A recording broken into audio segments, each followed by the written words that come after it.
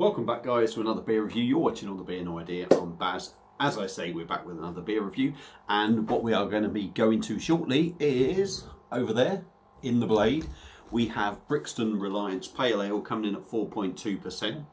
So I'm going to shut up now. We're going to head over there, do a video of the pour, and come back in a tick. So let's give her a whirl.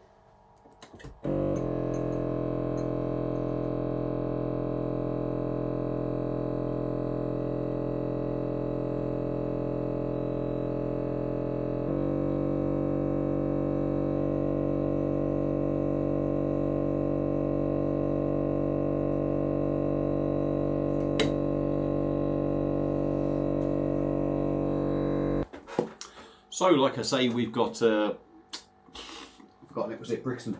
Reliance Pale Ale from Brixton Brewery coming in at 4.2%. Picked this up from Beerwolf, £35.99 for an 8 litre keg. So, I don't think that's too bad really, 8 litres, it's not overly excessive. Now, they brought a keg out last year. I think it was more of a trial thing, and they were charging sort of like $48.99 for that. And I can't think off the top of my head what it was, but I have reviewed it and I did find it decent, even though it was only 4.5%. So it'll be interesting to try this one. So, beer in a glass, as you can see. We've got a bit of chill haze, got a bit of light in here. Let's get rid of that. There's some better light on it. It's a hazy amber colour. No sort of, there is a little bit of carbonation going up the side of the glass. As I always say, it's the All the Beer No Idea glass. If you watch regular, you'll know what I say, what I normally say about it, so I ain't going to say that. So yeah, hazy amber in colour, gentle carbonation going up the glass, not an awful lot, but gentle. We've got just a finger of white head on top. That has gone down a little bit. We probably had two there. Looks like a typical sort of light sort of pale ale, if you like.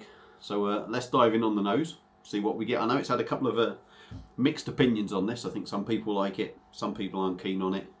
I'll give my own views. So, like I say, let's give it a swirl, diving on the nose. Yeah, hoppy, a little bit hoppy, a light, gentle hoppiness in there. Grapefruit, tropical, even maybe just in the background there's a little bit of a sort of sweet mango in there.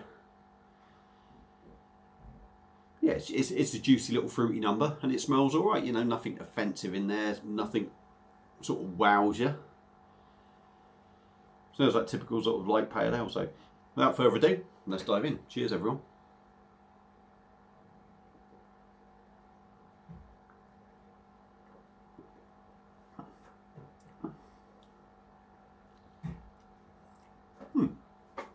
Okay.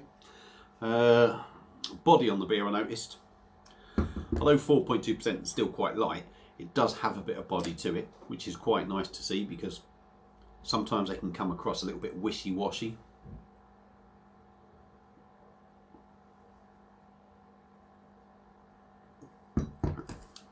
Quite carbonated. There's quite a bit of carbonation in there. The feel of the actual liquid feels quite soft in the mouth, which is quite nice. That sort of is the good side of the mouthfeel, but the other side of it, I don't think the mouth feels. I mean, I suppose it's only what you can expect, really. It's not the greatest of mouthfeels. It's 4.2%, but it isn't too bad. The liquid actually feels quite soft and smooth in the mouth, which is a good thing. So let's crack on and give you some tasting notes. Lovely sort of lacing on the glass there as well. Nice thick sort of head on it, which is nice. That's nice to see.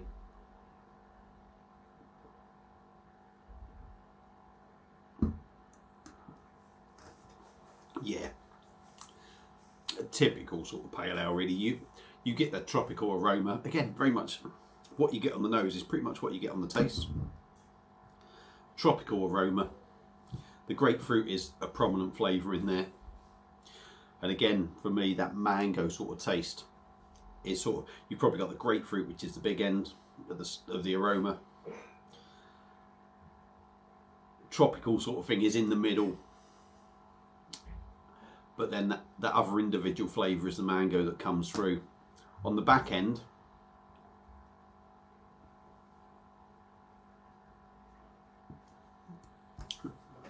you do get a little bit of gentle bitterness there. On the back end, you've got a malty backbone coming through. Slightly sweet, slightly bready. Yeah, I don't think it's too bad. It's never going to set the world alight, this one. I mean, I personally like bigger, bolder beers, more punchier flavours, a bit more booziness. But there's going to be a lot of people out there that want something a little bit lighter. And I think, in all fairness, this beer does deliver. It does deliver. It's certainly not the worst sort of session pale ale stroke IPA I've ever had. Some of them, like I say, can be wishy-washy. This for me, excuse me, but then what I was drinking. This for me isn't too wishy-washy. It's kind of there, slightly in the background that's wishy-washy, but there is plenty of flavour. It's got half decent body to it. It's certainly better than an awful lot of other session stuff. For me, yeah, it's all right. It's going to suit a lot of people that want something a little bit lighter. For me, you know, like I say, I like bigger, boozier beers, but I don't think this one's too bad, to be honest. So, so yeah, I think it's worth picking up if you like a lighter, sessionable beer. Brixton Reliance Pale Ale on the blade, I think is worth picking up at $35.99. It's not extortionate in price, and yeah, it's worth a dabble. So I'm going to give it a thumbs up. I'm going to give it a thumbs up. Maybe that's a fair, you know, I could be harsh because of my own personal taste, but I actually don't think it's too bad. So I'm going to give it a thumbs up. Like I say, give it a go. I think it's worth it if you like a nice session beer. If you've had it before, let me know what you think.